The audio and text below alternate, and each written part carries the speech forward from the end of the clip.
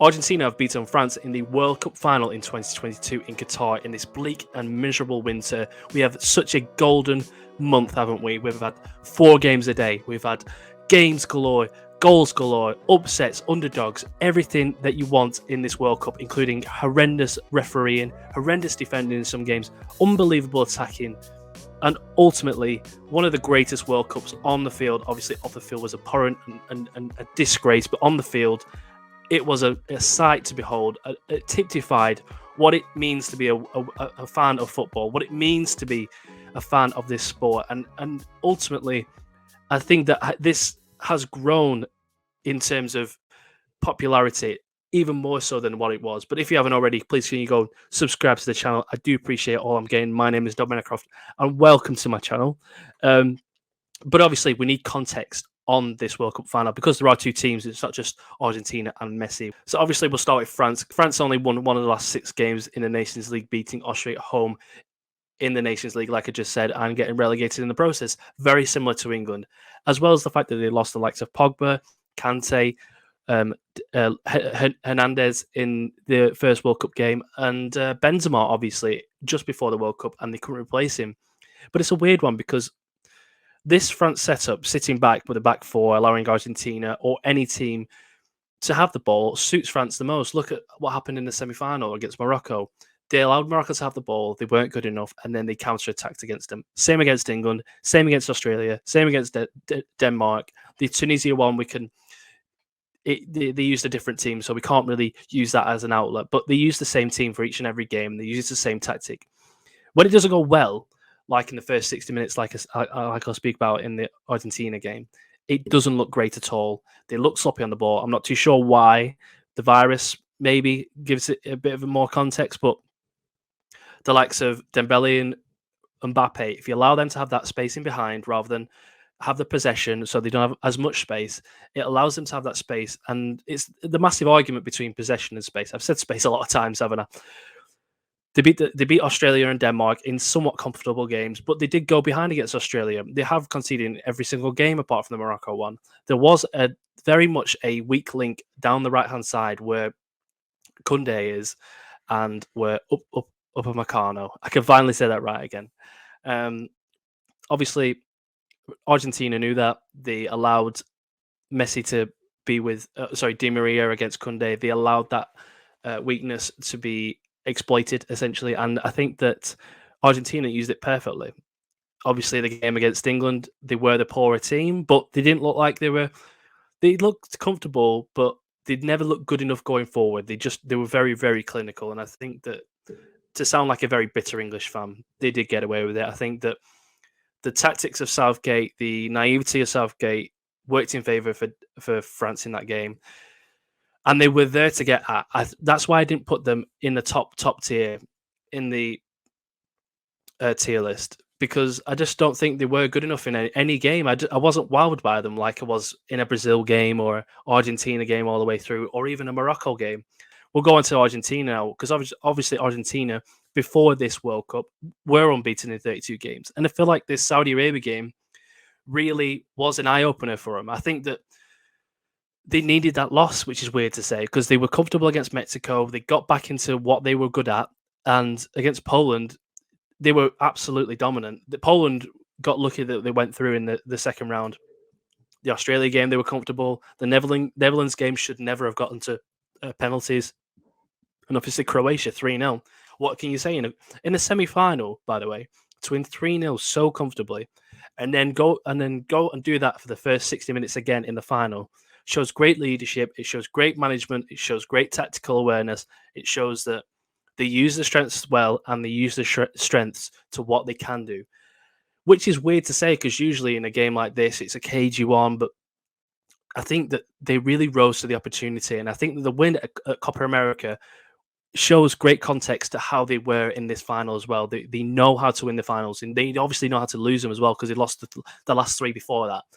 But the win in the last Copa America was so key in this game. If they lost that Copa America, I don't think they would have won today. But obviously, we'll go into the team and the analysis on the game, because obviously here are the teams in this game. For Argentina, you've got Martinez, Tagliafico, Otimende, Romero, Molina, McAllister, Fernandez, Rodrigo de Paul, who you always have to say the name, by the way, Lionel Messi, Julian Alvarez, and Angel Di Maria. Obviously, for France, we've got the same team as usual: Hugo Lloris, Jules Koundé, Varane, Upamecano, Hernandez, Rabiot, Tchouaméni, Dembele, Griezmann, Mbappe, and Giroud. And I think the first thing I'll need to say is the fact that Dembele's first touch in this game showed how France were going to be in the whole game. It summarized so well how France were in this game, and until the 78th minute, this was the perfect game for Argentina. We just knew that France goal was going to come at some point. We just didn't expect them to have two in a row. The first half, McAllister, Di Maria, Messi, Julian Alvarez, amazing, perfect in the fluidity in the front four, and they showed France a system that they've not had. I feel like France haven't played against a team that have been at their peak, and this Argentina team could have easily been 3 or 4 up by the time France got their first goal back. Not to say that the tactical awareness of Deschamps to take off Dembele, to take off Giroud, to put on Kolo, and to put on Thuram was a slight stroke of genius, because obviously, like I said, it got to the 78th minute and they weren't doing much. However, if they didn't take off Dembele and Giroud just before half time, it could have been 3-4-0 up. France were lucky that it weren't more. And the fact that, obviously, for a neutral, that France got back and it made it 2-2 to go to penalties, it's great for a neutral. But for Argentina, it's like, oh, it's not one of them games again. But Messi showing too much. Messi was showing too much respect. He had a lot of room in that first half, especially McAllister. My God, his stock has risen a lot, hasn't it, in this World Cup? And I will be discussing the team of the tournament tomorrow night on this channel. So be sure to check that out, because if you have a look at this team, the fluidity, because there's a front six there, but they could have been in any position. Rodrigo de Paul ran his socks off in each and all positions. Tagliafico showing Dembele that he's not really worth being in this team right now. Molina, the same tactic as Kyle Walker had in the England game, showed him with enough room that Mbappe just didn't do anything until the 78th minute. But that is why the greatest, not of all time, but the people who are at the top, people who are the top five, are in the top five, because all they need is that slight opening and they can do it. And I'm speaking all these negatives about France, but ultimately they did score 3 in this game, and Mbappe did score the first hat-trick in a World Cup since Jeff Hurst. So it can't be understated how clinical and how resolute France were as well. The likes of Camavinga coming on, because if you look at that front six was essentially a midfield with Julian Alvarez up front. Now, for France, all they had was Tchouaméni and Rabiot, and they got ran off the park. They got dominated in that midfield, and it was such a key battle. But bringing on Camavinga, bringing on the other two as well, like I said before, changing the system, making it more strengthening that midfield core. The fact that Camavinga is so young and he made such a difference for France is huge for them, and it's so worrying for any other team that's not Real Madrid, any other team that's not France right now, because you've got Tchouaméni and Camavinga, and I'm sure in about a couple of years' time you'll have another version of them as well. France seems to be producing these wonder kids right now, and I have to give a small shout out to France. Obviously, I believe that Argentina did deserve to win this one, and I believe that Messi is the greatest of all time, because France made it a very, very interesting game. It could have definitely slipped out of their hands. Maybe it was because of the virus. Maybe it was because of, I'm not too sure. They didn't expect Argentina to be so good. I don't know. Maybe it was the tactics from Deschamps beforehand. I believe that midfield changed it for France, and it changed it for Argentina, because I believe that Argentina thought they were going to stroll through that second half, and they didn't. And this is why we love football, isn't it?